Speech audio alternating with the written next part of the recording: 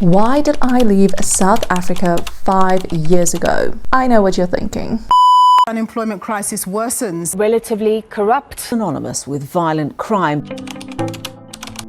Those might be the reasons why a lot of people choose to move to the UK from South Africa, but it's not really what made me move here. I'm celebrating my 5th year in the UK. Cheers! So I thought it would be good to cover some reasons of why I chose to move here, what were my first impressions of the UK, and how my life is different from 5 years ago when I was still living in South Africa. Honestly, I've just always had a dream to experience the UK. So it's not necessarily that I wanted to just leave South Africa. It's just that I wanted to experience a new place, specifically London. London is my favorite city in the whole world. It has such a magical energy. Unfortunately, I do not live in London, but we did end up in a beautiful city here in Scotland called Edinburgh, and it's actually the capital of Scotland, and I still get to go to London at least once a year. The reason why we didn't end up in London is because we quickly realized that you can't be too picky with the location when you want to move over to the UK.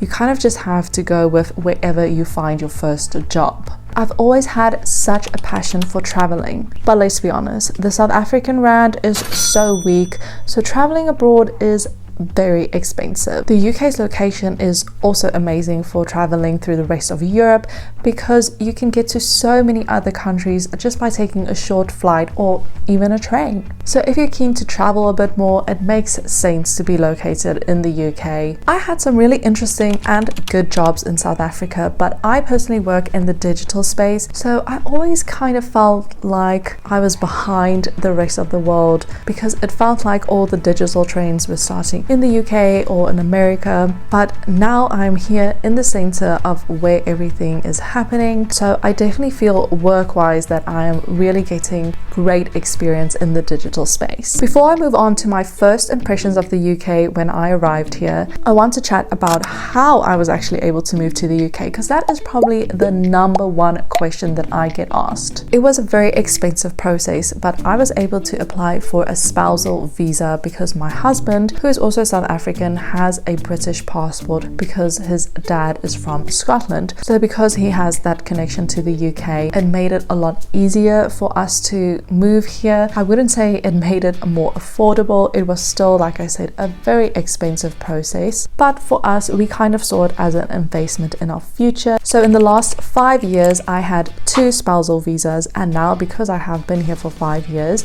I have been able to apply for my indefinite leave to remain. I'm going to make a whole separate video on the process of applying for indefinite leave to remain because I know some of you guys watching might be going through the same process, and it helps to get some tips from someone who's been through the experience. So if any of you have questions about the spousal visa or applying for indefinite leave to remain, let me know in the comments and then I can definitely try and answer those in one of my next videos. The next step for me is to apply to become a British citizen, and then I'm going to be able to be a dual citizen, so I'll be able to keep my citizenship in South Africa and keep that passport, but I'll have the benefit of also having a British passport, which again is going to make traveling so much easier.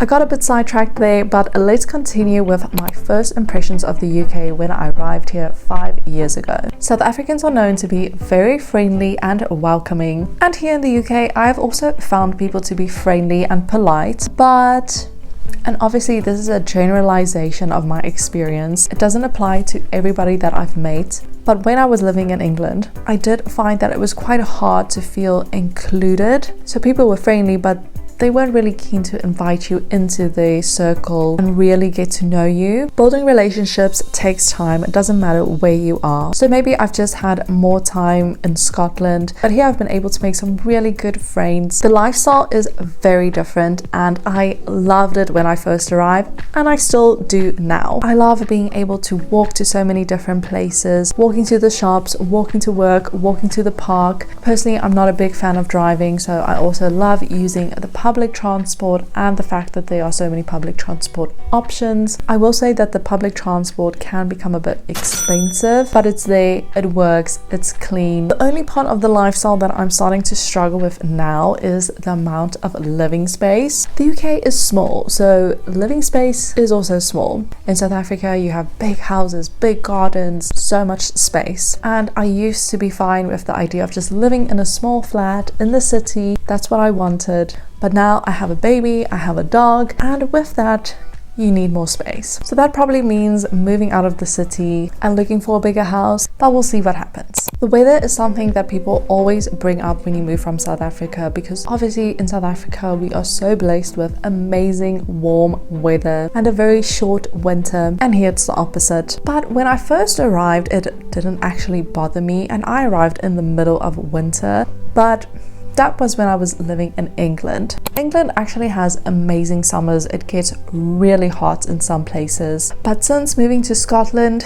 it has become a bit more difficult. Scotland is a lot colder. Even in our summer months, the highs are 20, 21. And for me personally, that's not summer weather. The wind in Scotland is also crazy. You are constantly being blown away, and that is actually what makes it feel so much colder. So first impressions of the weather, not too bad. Now that I've been living here for a while, it's becoming a bit of a struggle. I think South Africans are very hard workers, so I wouldn't say there was much of a difference in my impression of the work ethic here. It's more what I mentioned earlier in the video about a lot of digital trends starting in the UK. Because it feels like you're on the center of where everything is happening, there is a bit more pressure to be on top of everything and very good at your job, which is not necessarily a bad thing, but it can just be a bit more stressful.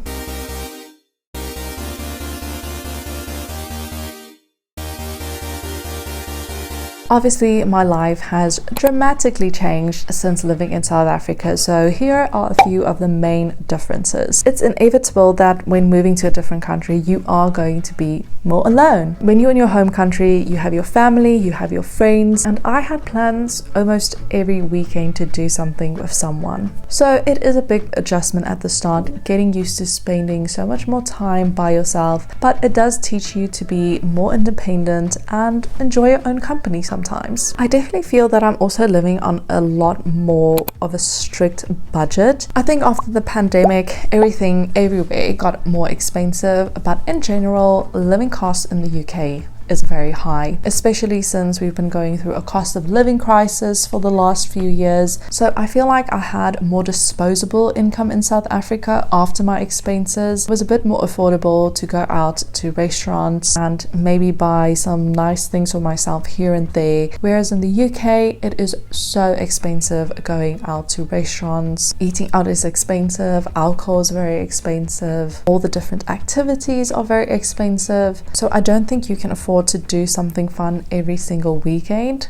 I'm definitely getting a lot more steps in on a daily basis since moving here. In South Africa, the only time you were really walking is if you're walking through a shopping mall or if you are doing a dedicated hike or walk. So I feel like the lifestyle is a bit more active here. It's also a bonus that Edinburgh is such a beautiful city, so I just love walking around here, seeing all the beautiful buildings, and because there is so much history here, I feel like every time I see something new, learn something new, so that just makes it so much more interesting when you're walking around. Back in South Africa, there was actually a period where I used the Gautrain every single day to get from Pretoria to Johannesburg, so I did use the public transport, but in general, if you have to compare it, the public transport in South Africa is a lot more limited than compared to the UK. Just here in Edinburgh, we have buses, we have trains, we have trams, and you can literally travel through the whole country with a bus or a train. I used to despise sitting in traffic in South Africa, and I think that's why I really don't like driving, because traffic feels like such a waste of time. So that's probably why I'm just so passionate about using public transport.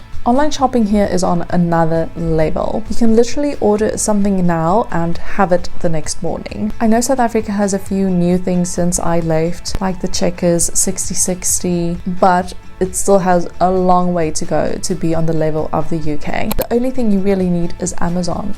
everything is on there. It's almost like they make it too easy to shop online. So you have to be careful if you like your shopping. So there you have a bit of an overview of why I decided to move to the UK and what my personal experience has been like. It's been a hard and a long journey, but in the end I am so happy and thankful to be here, and I do live in one of the most beautiful cities that I've ever been in, so it definitely has been worth it. I know a lot of other people are also thinking about moving to the UK and maybe don't know where to start, so I'm going to film an updated how to move to the UK in 2025 video. So if that is something that you are interested in, make sure you subscribe down below to see when that video is up. I hope you found this video interesting. Thank you so much for spending this time with me. If you enjoyed the video, please consider giving it a like down below to help support my channel. And like always, if you have any questions about life over here, let me know in the comments. Thanks again for watching, and then I will see you in the next video.